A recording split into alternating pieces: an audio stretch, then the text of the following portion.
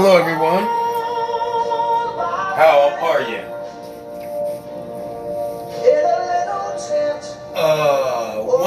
Wonderful song by Sam Cooke.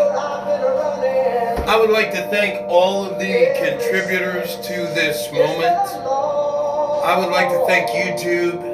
You're so great. I know that I'm kind of skating on a razor's edge with some of the music, and I've had one of my videos taken down as a result of copyright thing going on. But I want to tell you I appreciate you.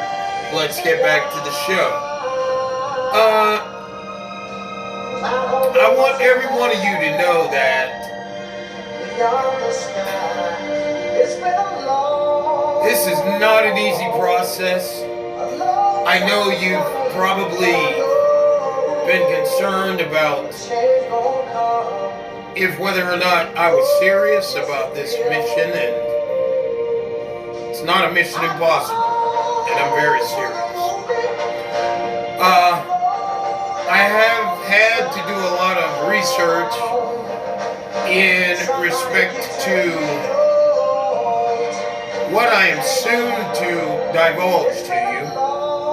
That would be the contents of the Book of You, not in any particular order, but you'll understand everything in the book, and I'm just going to talk to you, and by me talking to you, I'll be extrapolating your reality and deconstructing all that you've ever needed to have deconstructed and connecting all your dots. So that's going to be shortly, but I want to say that before this next clip comes on, I want to give thanks to most certainly the High Council of the Order of the Crystal Keys, my guides and my guardians, our highest side, our highest conscious magnetic side. I'll explain that shortly. That would be this part. I would also like to thank Allah, God, Jehovah, whoever we have a number of you believe in, whoever you've been waiting for. That do not really. You are now being crystallized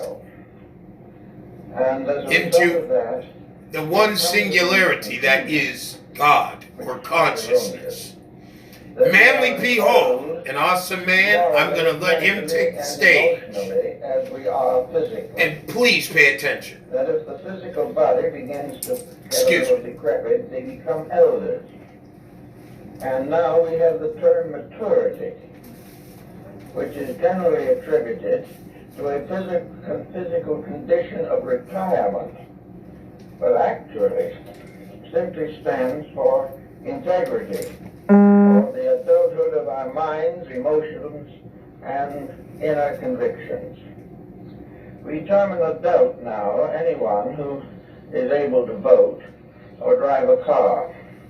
Actually, this statement is completely erroneous. An adult is a person who lives on the level of a realistic integrity relating to his humanity. We are human beings, and as human beings we are under universal law, and it is our reaction to universal law that determines the degree of adulthood that we have reached. An adult now is a person who is legally permitted to attend X pictures, who is legally entitled to be an alcoholic and to commit all kinds of misdemeanors which children are not allowed to have. So that today a great many younger people are waiting impatiently until they are old enough to commit a variety of delinquencies. Did you see that? Therefore, an adult to us mostly is a person who can do things that are not proper for a younger person to do, and perhaps are beyond the capacity of the elder person. Somewhere in between, we consider ourselves to have the right to think that we are a mature human being. Actually, the term maturity as we use it now is a grand illusion. It has very little to do with value. It has very little to do with the levels upon which human beings function. You notice, of course, that mankind has a certain unique place in the physical environment in which we live. Human beings have the power to question, to ask, and for that matter, to rationalize their own existences. Animals do not do this. Animals are completely governed by group intelligences. They do what their kind is supposed to do. And we have outgrown this. We no longer do the things that our kinds are supposed to do. We break all the rules because we have will and individuality and personal intellectual. We are not anywhere near mature. If a mature person comes along, they're apt to be crucified. They're apt to be disgraced and dishonored, because maturity demands integrity, and integrity is in short supply and even shorter demand. We do not really want to grow up.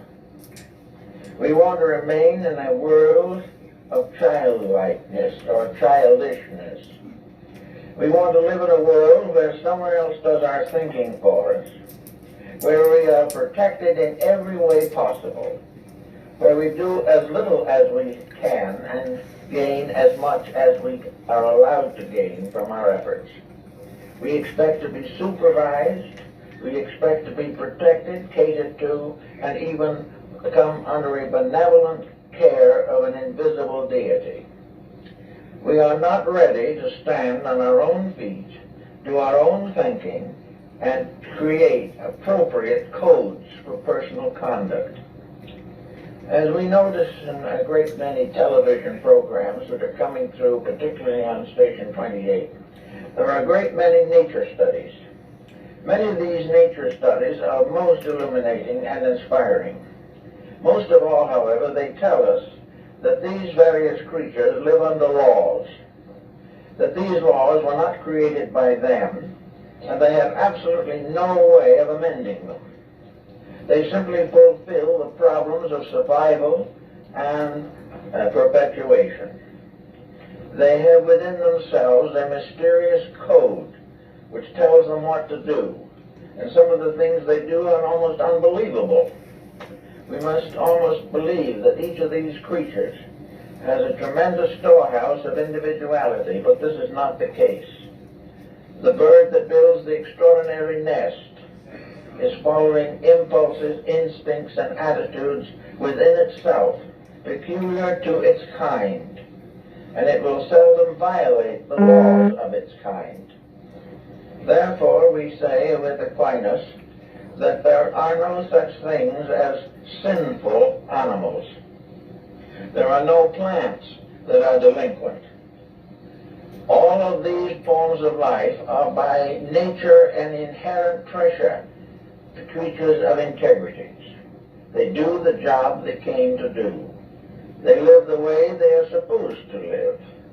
And they are all gathered together into groups, types, genera, structures, and systems by which they maintain and perpetuate themselves rather well until mankind comes in and spoils things for them.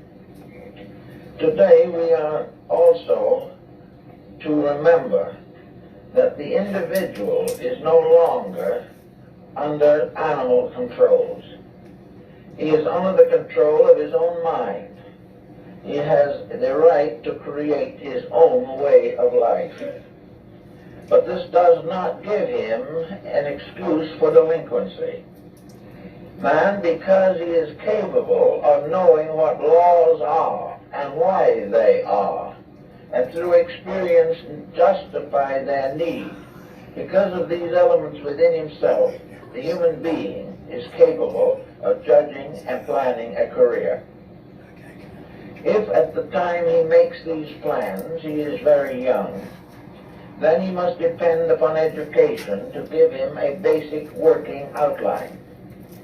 Education for the human being should be developed strongly on the principle of responsibilities. He has duties to himself, he has duties to his kind, the humanity of which he is a part. He has duties to nature around him, over which he has a certain domination as a gardener, a worker in this particular world. He has responsibilities from the cradle to the grave, and these responsibilities he must fit himself for. If he fits himself properly for the responsibilities of living, he will have a reasonably constructive and helpful life. He will be respected by others and he will respect himself. If, however, he loses sight of all the rules which every other creature in the universe must obey, and starts out on a solo flight to the satisfaction of his own appetites, he will very soon be in serious trouble. And the more serious the trouble is, the more rapidly it spreads through society. The delinquent individual is not only damaging himself, but he is damaging the entire human race, and for that matter is extending into all the other kingdoms of nature in one way or another. Man today is destroying not only his own way of life, but the very planet on which he is living. Now, the universal law also has certain curbs on it. He can go so far, no further can he go, because after he reaches a certain point, his various conducts become autocorrective. The individual either reaches a point where he understands and mends his ways, or continues as he was and vanishes from this sphere of activity. We see this around us today. We see it in practically every problem that confronts us. Somewhere along the line, man came to the erroneous conclusion that he could do as he pleases. This is simply not true. He must please to do that which is right. And we see this constantly in human relationships. We see it in the relationships of nations. We watch with very grave anxiety the results of human ambitions that have been allowed to become maniacal, that have become beyond control. All of these things come back to us in the problem of our own maturity. We start out in life comparatively innocent creatures, but let us not deceive ourselves. Within each innocent creature there are potentials. These potentials have to be developed. Life has to be built and unfolded in a reasonable manner. No two persons in the human kingdom are exactly alike. Each one has a personality. Each one has a degree of growth. Each one, however, possesses the power to estimate what he knows and what he does not know. He has the right to improve. Folks, we're going to move on to the next clip. Now, this is Mr. Manly P. Hall. Of course, this gentleman existed in yesteryear. Of course, I don't remember the year that this came out. However, it's called How to Gain Wisdom According to the Universal Laws. Let's move on to what a fail-safe protocol is. I will be a good business.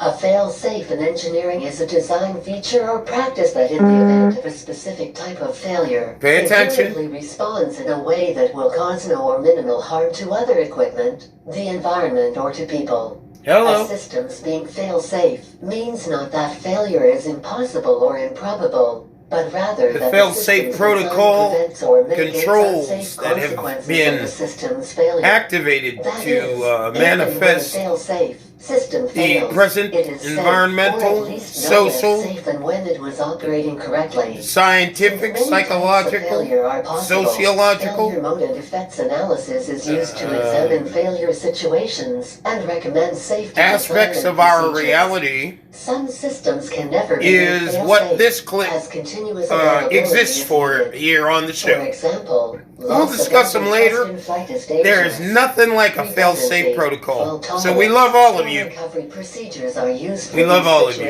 situations. love all For of you. The example, angels multiple love all of independent you. controlled and fuel-fed engines. This also makes the system less sensitive for the reliability prediction errors or quality-induced uncertainty for the separate items. On the other hand, failure detection and correction and avoidance of common cause failures becomes increasingly important to ensure system-level reliability. And without you, we'd all be screwed. Manly P. Hall, mental control of the energy field. And I will tell you everything that this man doesn't mentioned somewhat very shortly. the problem of magnetism. But this evening, it might be well to go a little further into this subject for certain practical purposes that may ultimately have a considerable bearing upon the practice of therapy in the modern world. We are all becoming increasingly aware that what we call the science or art of medicine is coming inevitably to a dead end.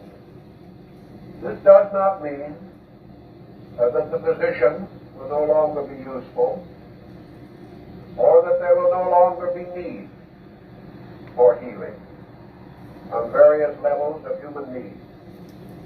The dead end is a materialistic limitation upon the concept of therapy. It is not going to be possible to continue to lock from our consideration those parts of man's constitution which are real though invisible. Nor shall we be able to indefinitely neglect an investigation of those forces around us which, though unseen, have a continuing effect upon our lives. It is astonishing that our researchers in electricity have not done more for us in terms of open research into the field of electrical energy. We are still without an adequate definition of the word electricity itself. And we are certainly without an adequate understanding of the nature and substance of this energy. Assuming that such knowledge is not available to man, we have contented ourselves to define forces according to their actions, or the consequences which they produce, and have been willing to remain indolent so far as exploring the actual nature of these forces, perhaps under the general assumption of an inevitable defeat, that we may not be able to know these substances or energies due to the inability of our own faculties to grasp their meaning or to explore their operations and laws. Folks, I will explain the deeper meaning to what this man is talking about. Men have intuitively sensed Just please focus and pay attention to what the man is saying. describe or explain. He's speaking about And among these the who have possessed biological intuition mechanism for called this our planet. a quantity of knowledge has come and to the be conscious accumulated. frequencies that control This knowledge the is manifestations largely true.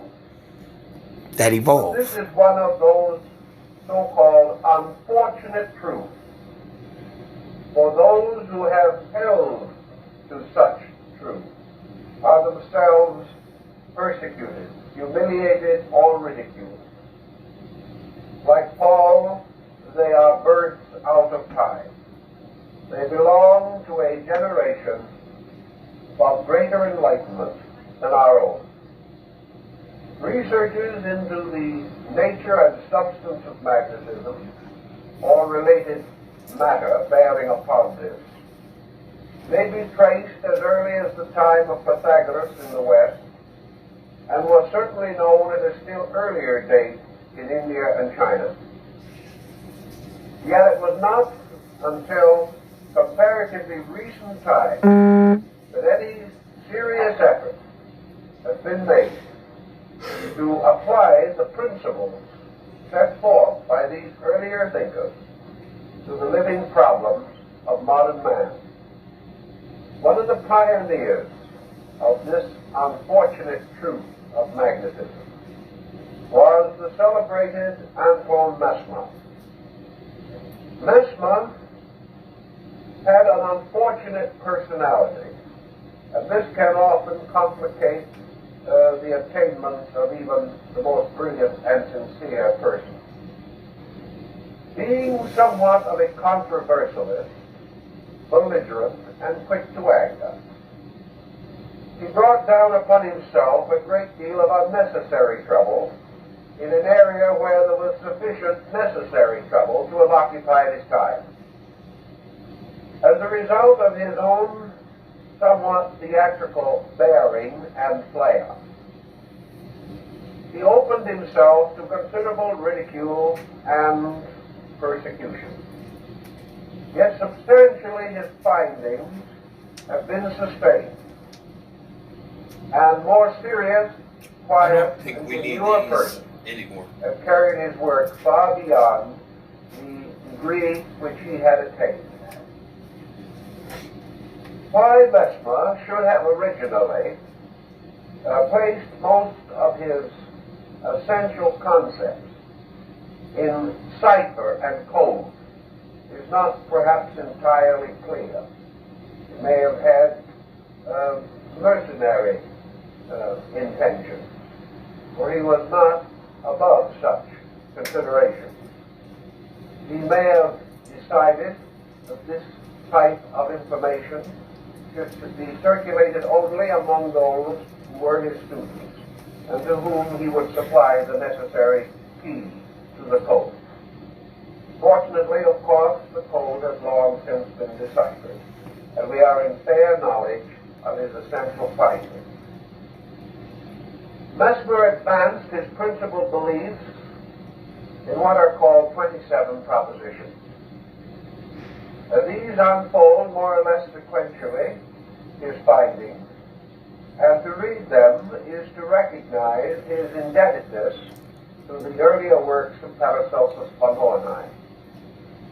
There is also a legend that the mysterious Count Saint-Germain assisted Mesmer in the formulation of his doctrine. In any event, his findings were based upon the earliest concepts of magnetism that have descended to us from primitive peoples and from the oldest recorded times.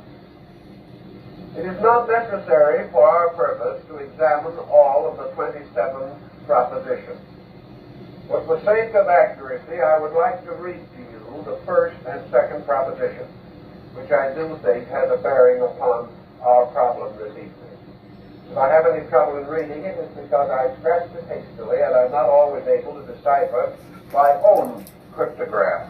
But I will do the best that I can. His first proposition is, there exists a mutual influence between the heavenly bodies, the earth, and living bodies. That is the Trinity. That is what he calls his first proposition. The heavenly bodies, The second is the extension the of earth. to the field with which we are concerned.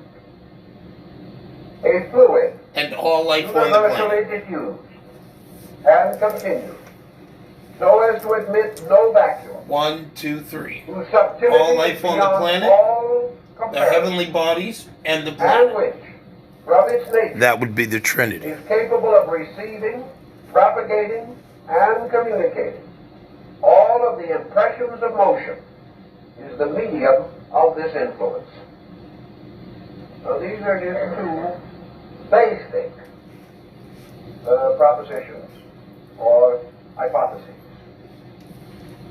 What is the influence between these bodies? The concept of Paracelsus and the atom. The influence is That magnetism. what we call the atmosphere, or the intervals between planets and suns on luminaries, that this entire area is filled with a mysterious fluidic substance. This perhaps is the famous ocean of Thales, upon which he believed the earth floated. And according to him, earthquakes were caused by someone rocking the boat.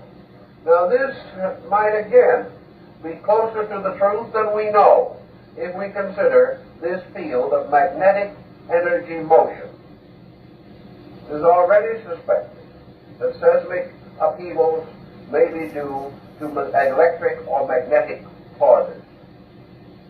This also may be the mysterious sea described by Heraclitus, who declared that souls coming into generation first passed into a strange humid substance, moist but invisible, which enclosed the earth, and which, to a measure at least, communicated itself to the earth through the precipitation of rain. This humidity, carried by water, was, however, separate from and superior to the fluid in which it was carried. Socrates described water as consisting of a mass of minute, solid, dry units, and that the flowing of water was the falling of these units over each other in an endless concatenation. All of these speculations carry us likewise to the belief that the sun was the principal source and regulator of the magnetic fields of the solar system, and that by extension all energy of magnetic motion arose from the sun, and that its alternations, variations, polarizations, fluxes, and influxes were due to motions, tides, or various changes upon the sun or within the construction thereof. We would be inclined to go a little way along this road in recognizing the effect of sunspots, which would represent, therefore, some Now, folks, if change the video I'm sure is about to cut off, of the sun, this gentleman, which produced bless his heart, marked modification is about to start discussing the frequencies of mankind's mind, your conscious capacity, and the capacities that exist within your individual conscious capacity. So if you don't hear it, I'll explain it shortly. And I'd like you to actually watch these programs on your own time. Exist within this humidic magnetic field. That all these forms likewise have a magnetism of their own, have their own magnetic fields, which are subservient to that of the earth and the sun, and also are subject to a certain modifying negative influence from that solar light which is reflected from the surface of the moon, which forms a different kind of magnetic energy.